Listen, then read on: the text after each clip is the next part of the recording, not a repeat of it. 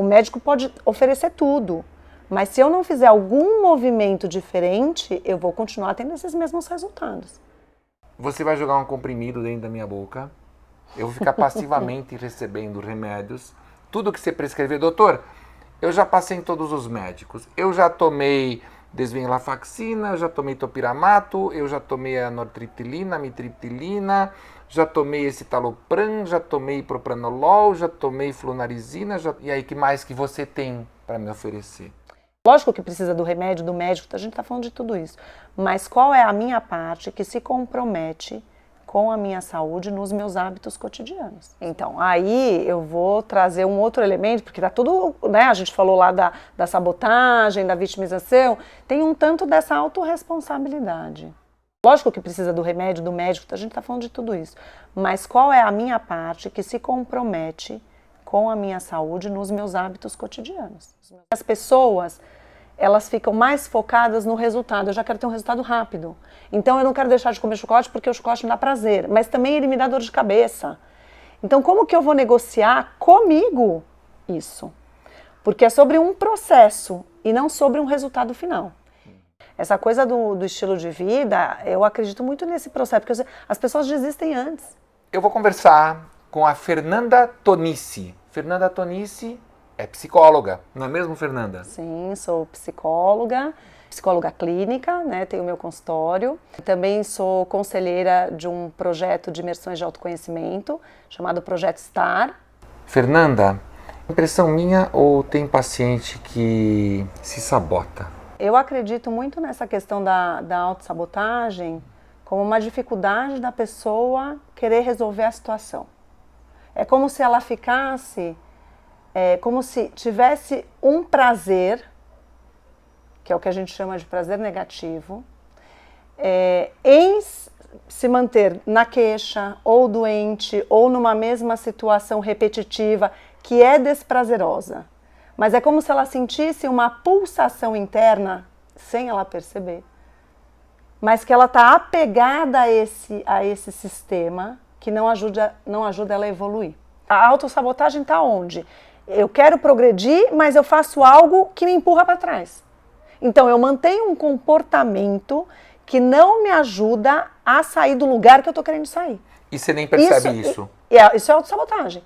Então eu mantenho um comportamento repetitivo de algo que não me faz bem, né, de algo que não me ajuda a ir para frente, mas eu quero ir para frente. Mas eu mantenho falando, é difícil, eu não consigo, todas essas frases. Então ela reforça esse comportamento. Aí é uma autossabotagem. Então é como se ela repetisse e nenhuma solução vai ser boa. Porque o prazer negativo está em reclamar, em se queixar, em manter uma doença. Não é que ela está fazendo isso de propósito, não. Eu vou dar uma sabotada aqui, porque finalmente aqui tem uma perspectiva final de melhora. Isso. Não é isso que ela pensa, não. Mas ela vem uma ideia que não, isso eu não posso fazer, isso eu não vou fazer. Ela não com certeza não é consciente, é um processo que ela está apegada de alguma forma, que dá alguma sensação sem ela perceber, mas que a mantém nesse ciclo. Na mente, ela quer sair daquilo, ela quer uma solução, ela quer melhorar, seja qual for o tratamento, seja dentro de um processo terapêutico, seja dentro de um tratamento para a saúde, médico, mas a questão é que ela entende que ela quer, mas dentro dela tem como se tivesse uma corrente contrária. É complicado falar sobre isso na enxaqueca, porque tem muito estigma, o paciente com enxaqueca, de que está inventando o problema, de que está fazendo isso para chamar a atenção. Então, eu tenho uma paciente que foi no consultório com o marido, e o marido ficou arrependido. Ele falou para mim, nossa, como eu estou arrependido, porque eu confiava no que a minha esposa dizia. Só que a gente ia no pronto-socorro, e uma das vezes que ela teve uma crise e foi no pronto-socorro, era madrugada, o médico me chamou de lado e falou que isso era método de chamar a atenção. Por isso que era agora 2 horas da manhã, estava acordando todos os médicos, quando na verdade ela não tem nada. E nós que trabalhamos com enxaqueca sabemos que não é assim. A enxaqueca pode vir a qualquer hora da noite, na madrugada. E aí, como está doendo muito, ela precisa ir no médico, precisa acionar, se tem uma família, que bom que tem. E essa estrutura deveria não ser minada por um médico ou outro profissional de saúde que, por não saber diz que está inventando. Então, quando ela parece sabotar o tratamento, é diferente dela estar inventando ou querendo chamar a atenção. Sim, é diferente. Porque a autossabotagem, como eu falei, ela é um processo inconsciente. Não é que ela faz de propósito, mas é como se ela tivesse a chance de melhorar, mas algo dentro dela faz com que ela mantenha o mesmo padrão negativo ou repetitivo daquilo que foi criado. E esse algo dentro dela que é uma coisa muito complexa, que não é assim, tipo, você que está me vendo aqui, nós vendo, fala assim, bom, fala logo o que é. Não, é muito complexo. Uma das coisas que a gente aprende na medicina é o conceito de ganho secundário. A pessoa, o paciente, tem uma doença. Então, muita coisa começa a girar em torno dessa pessoa e se de repente ela perder tudo isso, como é que ela fica? Isso, e o ganho secundário está muito ligado ao que eu chamei de prazer negativo. É que as palavras, às vezes, né, elas podem ser diferentes, mas elas chegam no mesmo lugar. Então, o ganho secundário, por exemplo, vou pegar aqui um exemplo de uma pessoa que opera muito na vitimização. Então, uma pessoa que está sempre reclamando da vida, ou está sempre reclamando de uma dor, não quer dizer que essa dor não exista, não quer dizer que a vida dela, em algum momento, não está legal ou que ela tem problemas. Não é isso. Mas é o padrão repetitivo da reclamação. Nessa hora, ela não quer uma solução. Por quê? O ganho secundário dela ao reclamar pode ser alguém que esteja junto sempre satisfazendo alguma necessidade dela, pode ser, como a gente fala, chama atenção, mas ela é vista de alguma forma por esse lugar. Então, o ganho secundário dela está no que ela recebe ao se manter na queixa. Então, você falou que é quando a pessoa se queixa, como é que se disse? Repetidamente? Como é que foi a palavra que você usou? Ela usa a queixa como um padrão repetitivo. Padrão repetitivo. Um padrão repetitivo. Então ela está sempre na queixa. Aí chega alguém com uma solução, ela desvia, ela não quer a solução. Porque o prazer negativo, como eu falei, ou o ganho secundário dela, porque o prazer negativo está pulsando na reclamação, e ficar reclamando, e ficar reclamando, e ficar reclamando. Você chega com uma solução, eu não tenho mais como reclamar. Que foi o que você estava falando do ganho secundário. Não, é que isso me puxa para uma outra questão.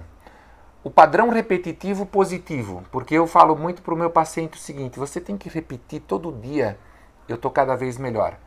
Porque você pode estar com crise, você pode estar com dor, mas você está num tratamento. Você agora não é mais um barco à deriva. Você pode, nesse mar que tem um destino, encontrar tempestades, encontrar momentos que você vai ser jogado para trás. E pode ser que lá no horizonte, o horizonte esteja muito distante, mas você tem um caminho finalmente. Sim. E você tem que olhar isso. E nessa perspectiva você está cada vez melhor. Porque senão você nem pegaria essa viagem, essa jornada que é o tratamento. E se você olhar só aquele momento em que deu aquela tempestade, aquelas ondas grandes, assustadoras, que estão te deixando com frio, estão te deixando mal, você vai se desencorajar, versus se você entender que você está cada vez mais perto. E se você não acredita que está cada vez mais perto, eu penso que você está perdendo tempo com aquele tratamento. Isso, porque daí assim, onde que está o meu olhar? Eu foco só na tempestade ou eu amplio o meu olhar e vejo o todo que está muito melhor do que só a tempestade? É que nem, por exemplo, alguém que resolve fazer um regime, né? E aí passa um final de semana, ela dá aquela jacada, come tudo errado e tal. Não adianta ela ficar na culpa e focando, nossa, então dessa vez eu comi tudo errado, então não vou mais fazer regime. Não, ok, eu dei uma derrapada, mas eu sigo adiante. Eu dei essa derrapada, mas deixa eu olhar já tudo que eu já conquistei, tudo que eu consegui emagrecer, tudo que eu consegui trazer de benefício para a minha saúde, cuidando da minha alimentação, por exemplo. Então, se o foco está na tempestade, na jacada, eu perco a visão do todo e aí eu me desestimulo. Então, a gente precisa continuar olhando, que nem você falou, para esse norte, para esse horizonte aí, que eu já tenho, porque daí meu foco fica muito maior do que simplesmente no problema. Fica. E tem um outro valor adicional de você se sugestionar que você está cada vez melhor, do que chegar de manhã e só focar na dor atual. Ninguém está negando a dor. Ninguém está negando a tempestade, dizer que o céu está ensolarado quando o céu está completamente nublado. Porque quando está na dor é difícil mesmo, da gente às vezes enxergar um pouco mais. Mas aí é como se a gente pudesse, porque eu acredito que isso é um treino. É isso. É como eu falo para o paciente, olha, vai todo dia no espelho, no começo vai ser esquisitíssimo, mas depois de 1 mês, 2, 3, você vai se convencer. E isso é uma parte importante do processo, pelo menos na minha opinião. Aquela pessoa que só vê o lado negativo é capaz dela desistir com mais facilidade. Desistir não é mal se você sabe onde está o teu destino. Se você acha que o piloto do barco que você contratou não está bom, não está te levando para onde você quer, mas você tem que ter, uma vez que escolheu o barco, uma vez que você escolheu a navegação, você tem que deixar isso acontecer, não é mesmo? Sim, eu vou dar um exemplo pessoal meu. Eu tenho enxaqueca, faço meus tratamentos e eu sempre, quando eu entro numa crise, né, e por isso que eu falei, às vezes é difícil quando a gente está na dor ampliar essa visão, mas quando eu estou na crise, eu lembro de todos os momentos que eu saí da crise. Né? Então, assim, o tempo que eu já fiquei sem a crise, o tempo que eu já fiquei sem a dor, né? Confiando e acreditando no tratamento, e também na minha parte que se compromete, né? E aí na minha parte que se compromete a cuidar da minha saúde, né? Porque tem aquela coisa assim, eu sinto dor, eu tenho alguma coisa, mas eu também não faço nada para isso, para melhorar, aí a gente também já tem um outro ponto. Né? Sim, outro ponto. Às vezes fazer alguma coisa para melhorar para essa pessoa quer dizer procurar um médico. É claro que esse exemplo que você deu serve para muita gente como que está na tua situação, mas algumas pessoas têm dor todos os dias. Elas adorariam ter um momento que elas não têm dor para se lembrar e remeter a ele. Mesmo assim, não vai pensar exatamente nisso, mas vai criar outro mecanismo. Nem que esse mecanismo você não saiba. Às vezes estou cada vez melhor. Eu, às vezes, chego o paciente e eu pergunto, como é que você está? Eu estou cada vez melhor. Mas e a dor de cabeça? A dor de cabeça, nossa, você não sabe, eu tive uma crise forte. E você quer saber, ainda está todo dia. Então, quer dizer, olha só como essa pessoa conseguiu separar as coisas e saiu espontaneamente. Isso é um bom passo na jornada, na minha opinião.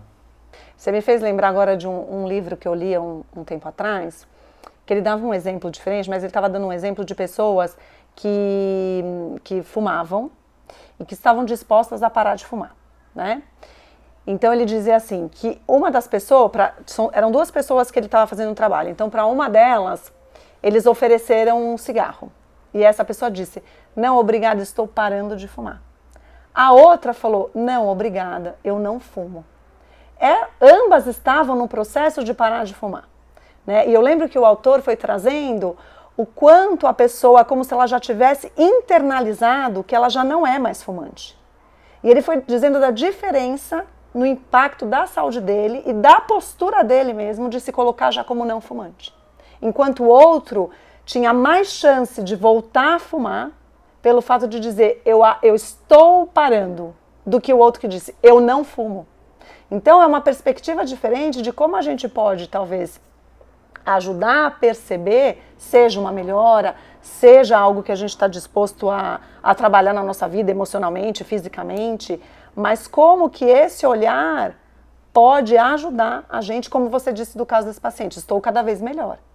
É claro que tem pessoas que têm crise todo dia, que sofrem todo dia, que não conseguem ter, por exemplo, a perspectiva como eu trouxe, né? Porque eu faço tratamentos preventivos, enfim, eu não tenho crise todo dia, então já consigo olhar para aquilo que já está bom, né? Mas é mais desafiador para quem está na crise todo dia.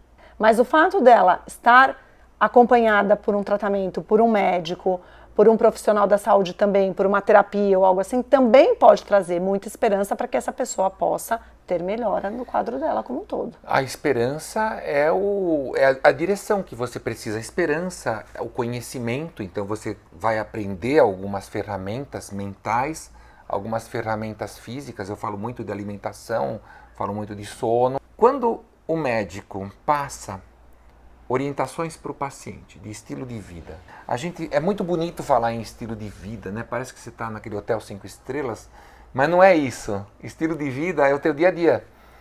São as tuas escolhas, o que você come, como você dorme, como você se exercita, como você gere as tuas emoções e assim por diante. E muito de mudar o estilo de vida é sair da zona de conforto. Existe uma maneira mais fácil desse paciente mudar o estilo de vida? Sempre vai ter alguma coisa que eu possa justificar o porquê que eu não dei sequência, porquê que eu não estou melhorando, né? Enfim, não estou focando no meu estilo de vida. Eu acredito muito assim, nós estamos condicionados a ter comportamentos repetitivos, né? Então, condicionamento é sobre fazer algo que eu sempre faço todo dia. Quebrar um padrão de comportamento, o primeiro passo, na minha opinião, ao meu ver, é a gente se auto-observar. Assim, começar a observar o que eu faço repetitivamente. Porque, por exemplo, eu entro num quarto escuro, automaticamente eu acendo a luz. Eu não penso para acender essa luz. Até você gosta, às vezes, de acender a luz te faz bem. Estou lembrando do chocolate. A pessoa chega em casa e quer um quadradinho de chocolate. Exato. Quer um café de manhã, nada como um bom café. E aí o médico fala, não, mas não toma café. E agora? Então, e aí precisa ter uma construção de novos hábitos, né? Só que esses hábitos, muitas vezes, eles estão relacionados também às nossas questões emocionais. Então, tem muita gente que fala assim, hoje eu tive um dia super cheio, eu mereço comer um McDonald's. Eu mereço comer uma caixa de chocolate. E eu fico pensando, será que isso é sobre merecimento? Porque assim, se eu estou cuidando da minha saúde, se eu foco em não ter dor, talvez eu precise repensar isso. Porque na hora que eu abro uma caixa com uma caixa inteira, pensando aí nas crises de enxaqueca, provavelmente vão me dar crises, né? Então talvez eu tenha que parar um pouco antes para começar a observar esse meu comportamento. Porque tudo que eu faço repetitivamente virou um hábito. É um hábito. O que é um hábito? É aquilo que eu faço repetidamente.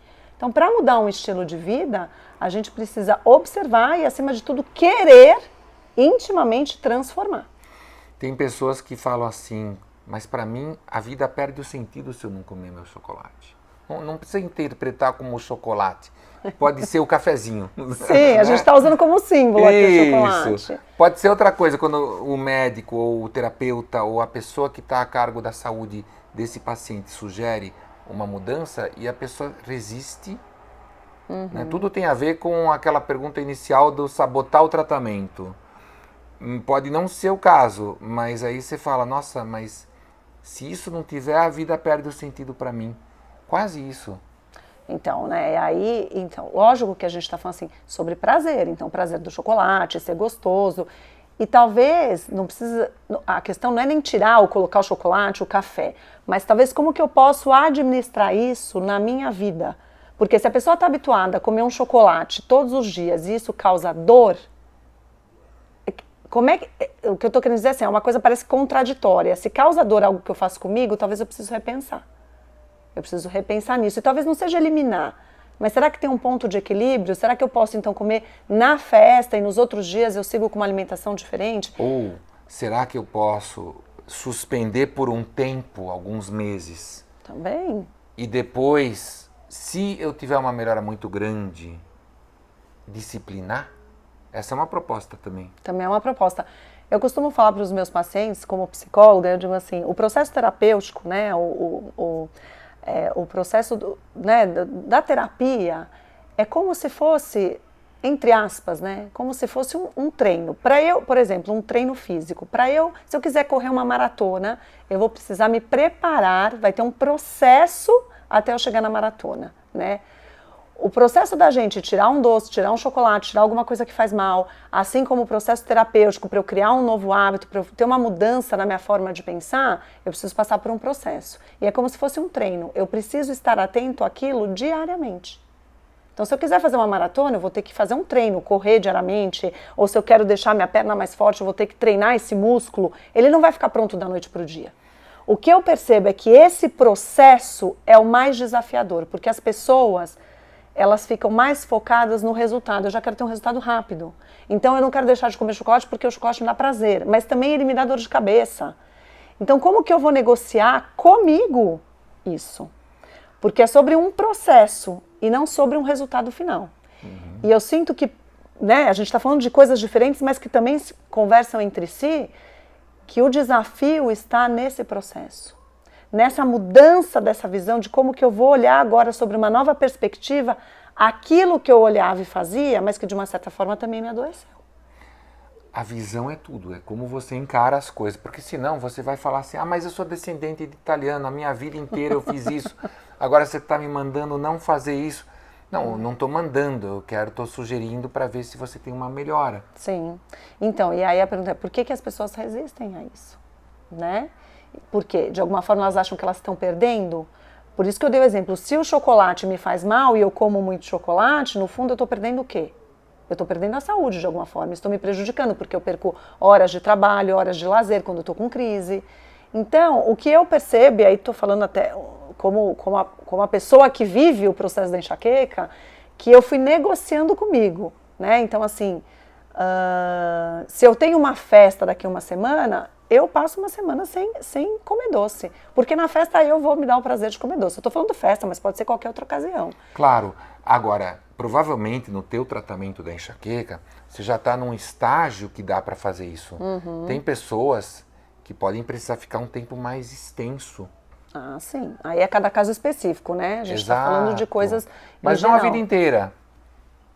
Eu estou falando de pessoas para as quais elas têm hábitos que podem ser tóxicos. E aí para mudar, quebrar esses hábitos, e às vezes a pessoa se sabota, não entra nessas mudanças e parece que tudo é só o médico. Eu vou abrir a boca aqui, você vai jogar um comprimido dentro da minha boca, eu vou ficar passivamente recebendo remédios, tudo que você prescrever, doutor, eu já passei em todos os médicos, eu já tomei desvenlafaxina, eu já tomei topiramato, eu já tomei a nortriptilina, amitriptilina, já tomei escitalopram, já tomei propranolol, já tomei flunarizina, já tomei...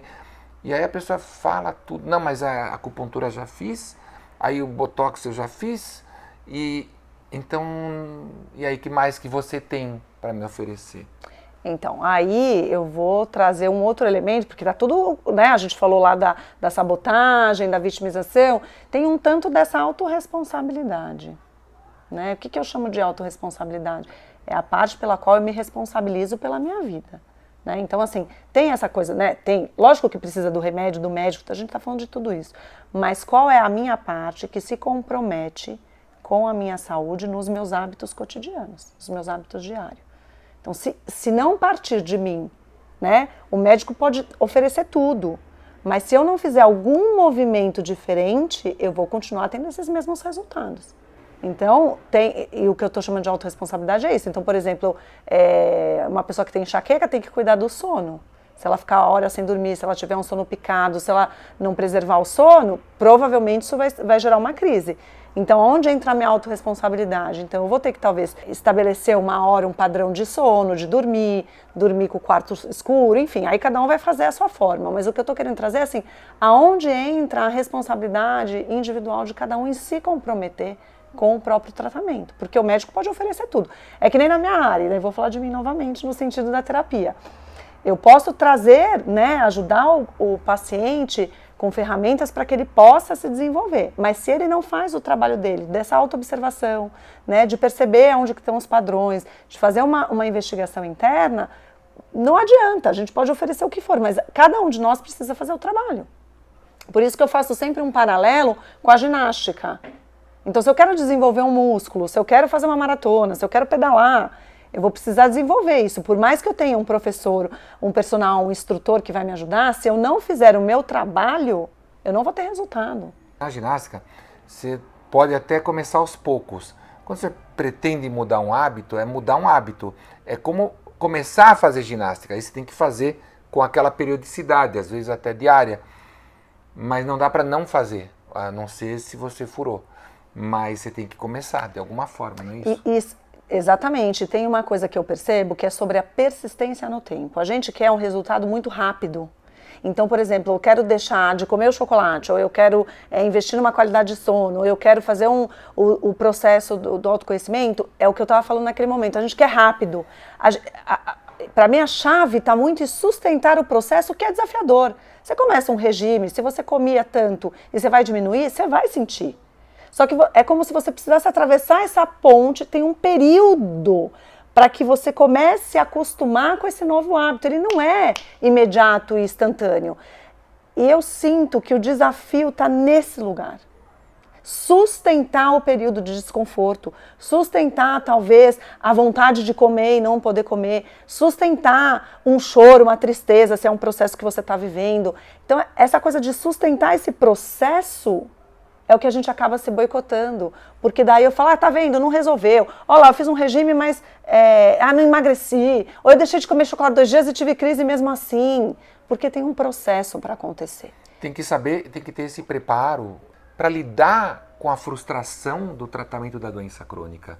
Ela pode ocorrer, mas ela não deve destruir toda a estratégia de tratamento. Sim, exatamente. Então, o desafio eu acho que fica muito nessa, porque na mudança de hábito a gente vai passar por um período de desconforto, não tem como. Se eu faço uma coisa, estou habituado a uma coisa há anos, quando eu vou fazer essa mudança, algo vai ficar diferente. Então, sustentar esse processo, esse período, para que depois eu comece a entrar num outro movimento, para mim é uma das chaves.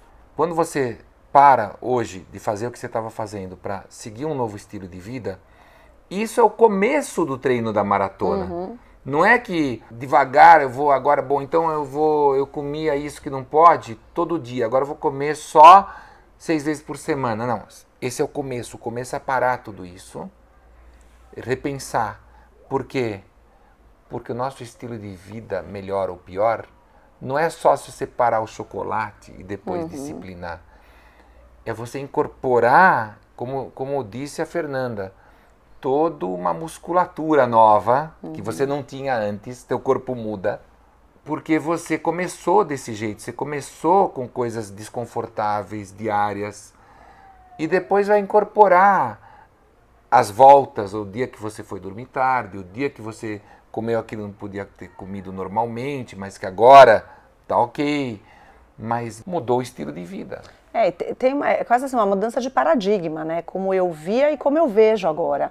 E como eu trouxe, sustentar esse desconforto até virar a chave, para mim é a sacada, porque a gente está acostumado de um jeito, de repente a gente precisa trazer um outro modo, né? Que vai ser melhor para a gente e tal. Mas nesse começo, até eu fazer essa mudança, isso dá um impacto. Essa coisa do estilo de vida, eu acredito muito nesse processo, porque as pessoas desistem antes. Sabe assim? Eu desisto. Né? Porque pagar o preço da mudança, num primeiro momento, é sofrível. E o relacionamento com o médico ou com o profissional de saúde nisso tudo, ele importa? Ou seja, o médico tem um papel nisso também? No relacionamento? Com certeza. Eu acredito que assim, a acolhida do profissional da saúde, né? A forma como ele acolhe a história do paciente, a queixa do paciente, isso é muito importante, né? Porque cada um é um. Né? Quando chega alguém no seu consultório, no meu consultório, aquela pessoa vai trazer uma história. Então, a forma como a gente escuta, né? Como a gente pode, é o que eu chamo da empatia, né? Como eu posso me colocar no lugar do outro, sem viver a história do outro, mas me colocar no lugar do outro, poder ouvir, né? Ter essa escuta de ouvir a queixa desse paciente, a dor, a história desse paciente, porque não é a minha, não é do fulano, não é do ciclano, é desse paciente. Uma coisa que eu acho importante na doença crônica, e é uma falha no sistema de saúde nosso do Brasil, é que a pessoa às vezes não fica com o mesmo médico. Não acha que isso é problemático? Quer dizer, uma coisa é o médico chegar e te escutar. O médico escutou tua queixa, só que agora quem vai te atender é o outro médico. E aí é extenuante, você vai ter que falar tudo de novo. Exatamente, não, isso não é nem um pouco positivo. Né? Até porque a pessoa, se ela teve ali, né, uma conexão com você, com um médico profissional, e aí muda, e ela tem que começar de novo e não sabe se vai ter a mesma conexão, isso atrapalha o tratamento. Eu sempre digo que a pessoa tem que buscar um médico que seja dela. Concordo. Para acompanhar, para saber, para a história toda que o paciente vai trazer e até porque a gente estabelece um vínculo de confiança profundo com o profissional de saúde. Então, ter cada hora um médico atendendo, realmente isso é...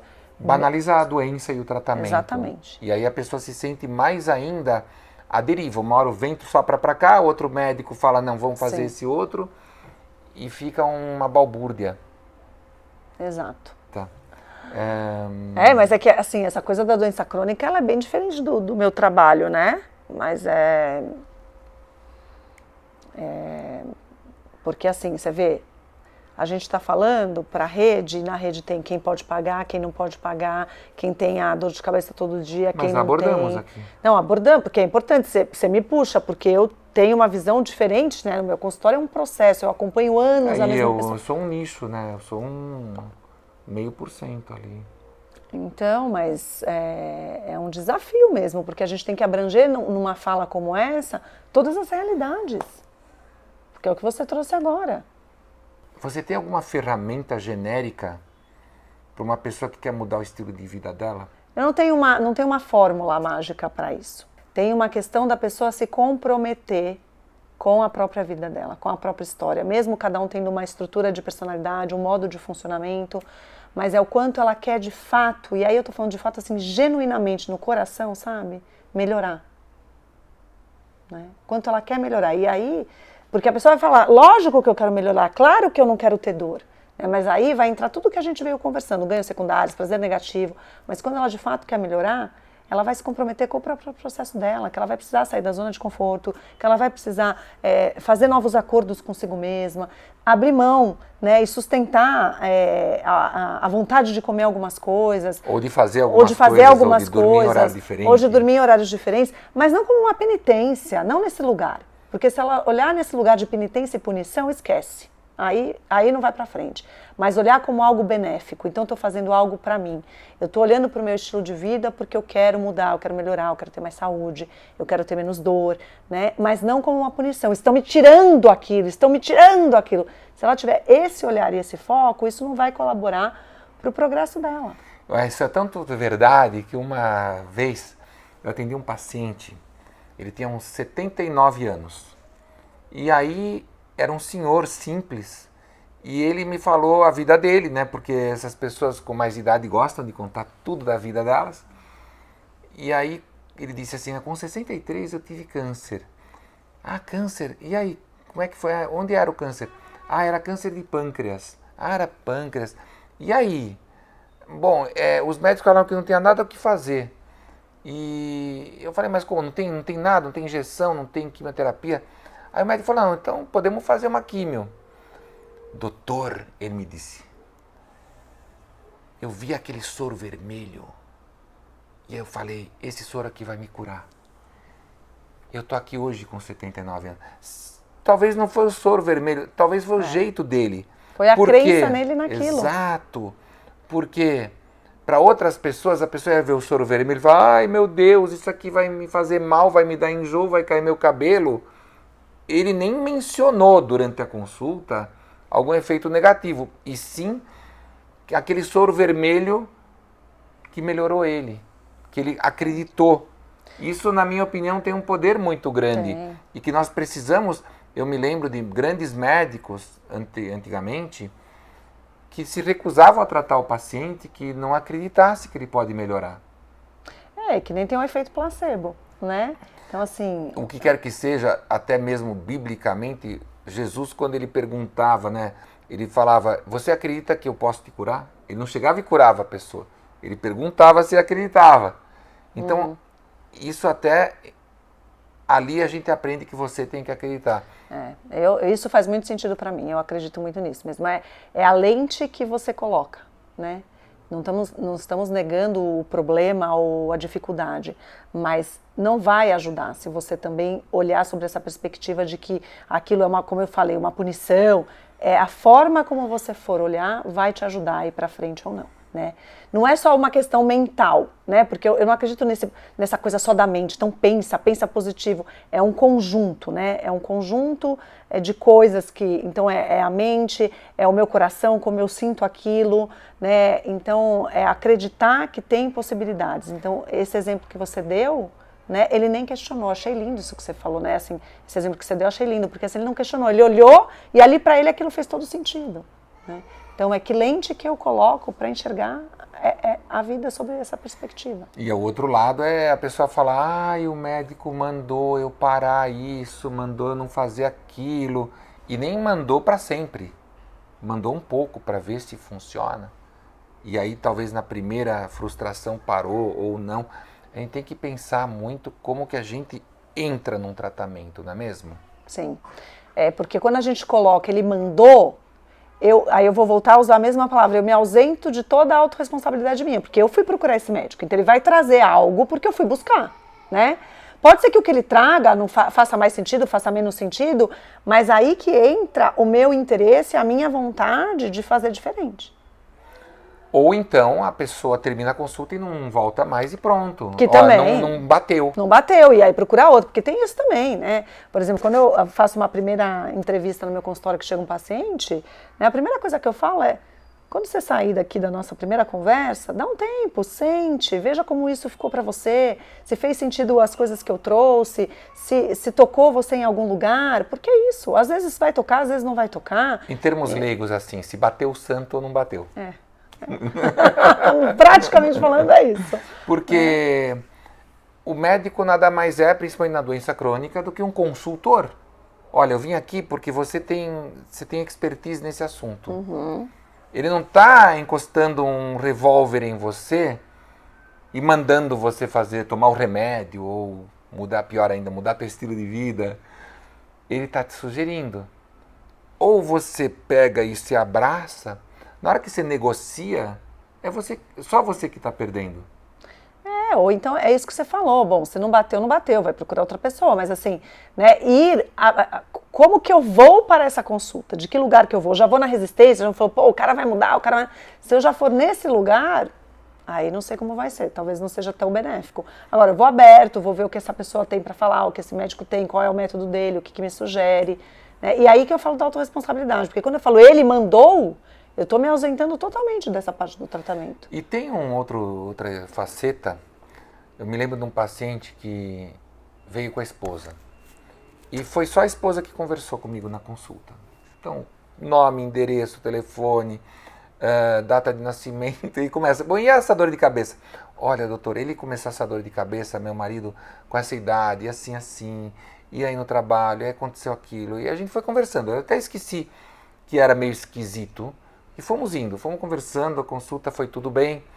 Aí foi bem legal mesmo a consulta. Aí na hora de se despedir, ele falou, doutor, você me desculpa que eu não falei nada, é que eu estou tão desanimado que é a minha esposa que me pediu para vir aqui, mas eu realmente estou muito desanimado.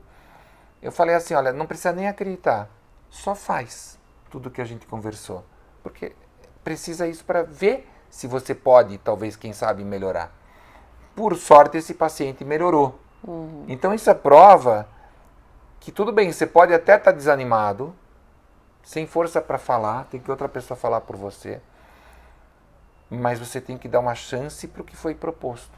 Isso é uma coisa. Também. Experimentar. E né? lidar com frustração. Isso não tem como, né? Seja qual for, o que for, a área que for, a frustração vai estar presente. Né? Porque eu começo o tratamento, daí se eu tenho uma crise, aí eu falo, putz, de novo, tá vendo? Então não tá resolvendo. É uma frustração, né? Mas é aquilo que eu falei, precisa focar em alguma coisa que vai te acender uma luz. E essa luz aí só você sabe qual é, né? O que vai te dar força, qual é a tua forma de se ajudar a continuar, né? E esse foco que vai te dar uma luz pode muito bem ser uma analogia a uma jornada que você está iniciando. Sim. O que você acha de técnicas de relaxamento para quem quer tratar uma doença crônica, uma dor crônica como a enxaqueca? Eu acredito muito. Eu acho que a técnica de relaxamento ela serve para tudo. Nem só para dor crônica, né? Mas para gente que tem esse dia a dia aí agitado, trabalho, muitas tarefas, né? As técnicas de relaxamento elas são maravilhosas. Eu incluo aí nas técnicas de relaxamento meditações, né? Que tudo isso já está mais do que dito, provado. E mais do que para mim, a meditação, o relaxamento é a pausa. O que eu acredito é a gente parar algum momento do dia para respirar, não que você não esteja respirando no seu dia, mas para focar na sua respiração, para perceber a sua respiração, dar uma pausa para descansar, para deitar num sofá, sabe, para relaxar ou para fazer uma meditação. Eu gosto muito de usar essa palavra pausa.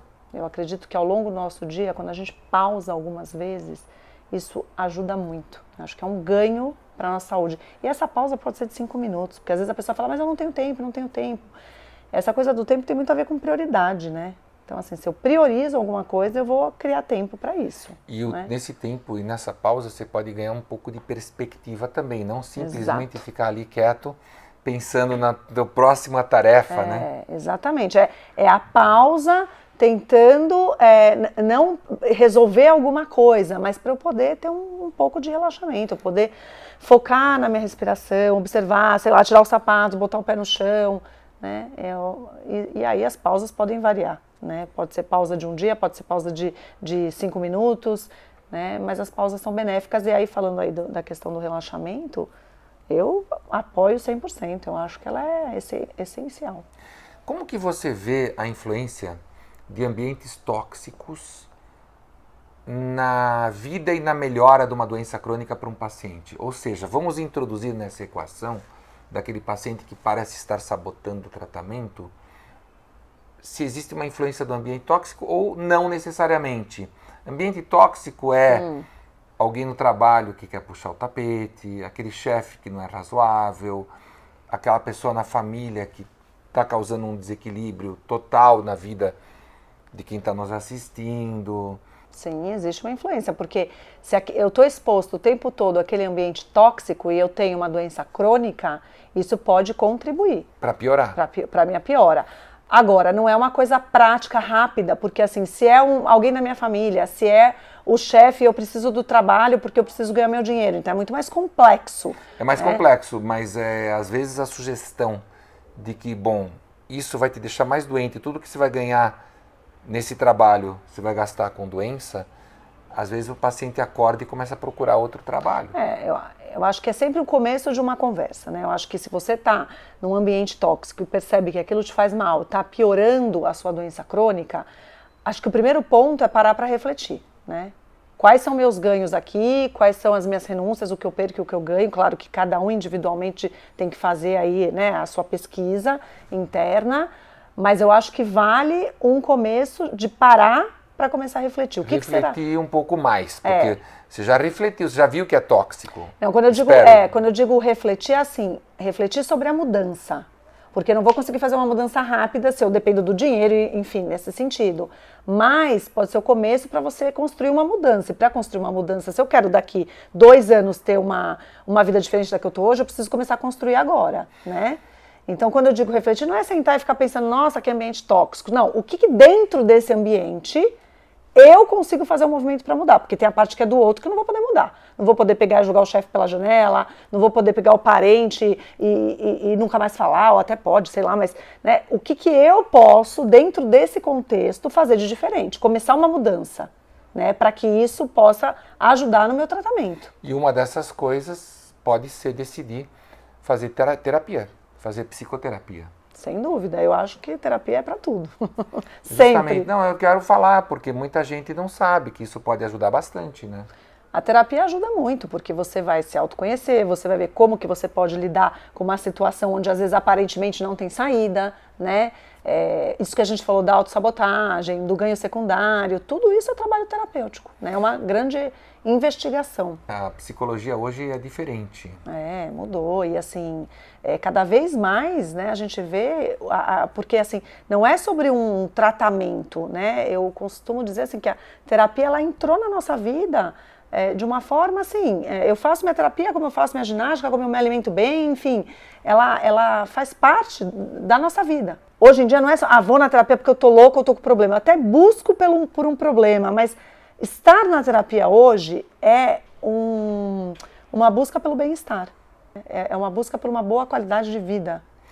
Hoje em dia, com tantos desafios na nossa vida, ansiedade, doenças crônicas, é importante estar perto de um profissional de saúde mental, né? E a verdade é que a gente precisa de ajuda mesmo. Em muitos momentos da nossa vida a gente precisa de diversas ajudas, né? E é muito bom poder contar com uma rede de apoio. Sim, né? E como eu digo, hoje se profissionalizou de um jeito a psicologia que está realmente muito bom. Tem muitas linhas de tratamento que se acrescentam às clássicas que podem nos ajudar muito. Sim. Cada um tem um modo de funcionamento, cada um tem uma estrutura de personalidade. Então, não tem uma coisa assim, além do que eu falei, que é sobre o comprometimento interno, sobre eu querer melhorar. Isso são as coisas mais... Sobre exercitar o músculo, que foi esse exemplo que eu quis dar. Gente, Não é diferente, você precisa praticar o negócio. Mudança do estilo de vida, eu preciso praticar, eu preciso viver esse gap do desconforto, porque é uma mudança e a pessoa não quer sair da zona de conforto. Ela quer melhorar sentada a bunda no sofá, comendo um monte e vendo filme a noite inteira. Então, é sobre uma mudança de mindset, sabe? De girar ali. Só que quando que essa pessoa vai girar isso? Que momento que ela vai girar isso?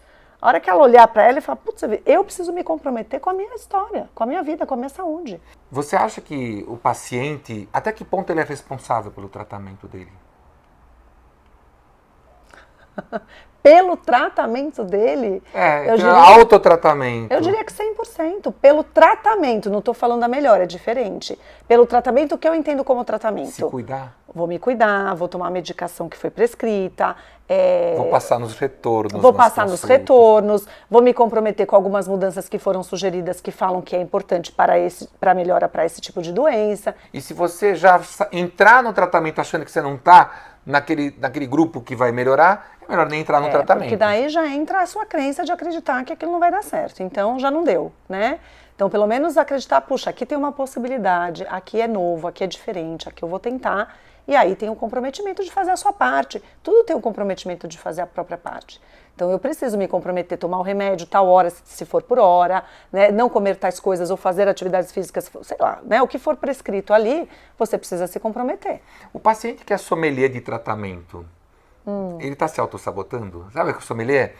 Doutor, é que esse tratamento tem que ser aqui, é que eu moro no outro bairro, é meio longe. Aí eu acho que tem uma questão de controle, dá pra né? fazer esse outro tratamento? Dá pra não ter isso no meu tratamento? Ter só aquilo? Na verdade, você, como profissional de saúde, trabalha muito com padrões. Então você vai escolher para aquele paciente o melhor padrão de tratamento que você acha que serve para se encaixar no padrão dele. Se o paciente mudar isso, ele está se autossabotando de alguma forma. Também, autossabotagem, aí tem resistência, tem controle, né? Porque no fundo ele está querendo mexer naquilo a favor dele, né? Do que ele vê que é a favor dele. Do que ele acredita que pode ser a favor dele. Quando, né? Então ele está querendo ter um controle ali. Pode ser uma forma de autossabotagem? Sim. Né? Que é diferente de uma conversa, dizer, olha, isso aqui é difícil para mim, mas eu posso tentar. Que é diferente de uma troca. Agora, quando eu quero conduzir o tratamento, se eu for no médico e quero conduzir da minha forma, aí tem uma questão de controle também de querer ser como eu... Né? Isso é mais comum do que você imagina. Então, aí eu quero ser do meu jeito, sabe? Aquela coisa é só do meu jeito que vai funcionar. Aí são outras questões. Aí bora pra terapia. Dá né? pra não ser esse remédio, ser esse outro aqui? Quer dizer... Porque uma coisa é perguntar, né? Será que, olha, eu ouvi dizer sobre um remédio, o que você acha? Quero saber mais sobre esse remédio é importante, esse remédio é bom, eu ouvi dizer, é verdade, funciona. Claro. Isso é uma coisa, gente, isso é a troca, né? Que essa liberdade é importante a gente ter. Agora, quando eu quero mudar o tratamento proposto, não achar que é do meu jeito, é sobre um controle. Aí acho que entram algumas outras questões que a gente pode deixar para o próximo capítulo. É isso. Fernanda, muitíssimo obrigado. Obrigada a você. E até a próxima vez. Até a próxima. A gente se vê no próximo vídeo. Até mais.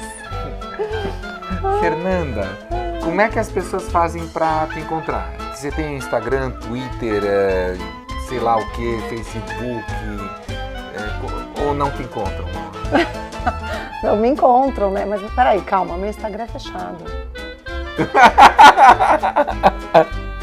Tudo bem. A minha tudo rede bem, tudo bem. toda boca a boca. Não, acho Eu vou ótimo, pôr o Projeto Star. Vou pôr o Projeto Star. Faz a minha divulgação. Você quer divulgação? Não tem horário mais. Então, e fica uma balbúrdia. Exato. Tudo bem, a gente grava, a gente... Eu acredito que é muito o quanto a pessoa pode focar e... A pergunta foi difícil. Cada um tem um modo de funcionamento, cada um tem uma estrutura de personalidade, mas o quanto eu preciso... Não. Preciso... É onde esse paciente pode chegar. É onde a gente já caminhou. Entende? Entende? Sim. Ficou claro? Faça terapia!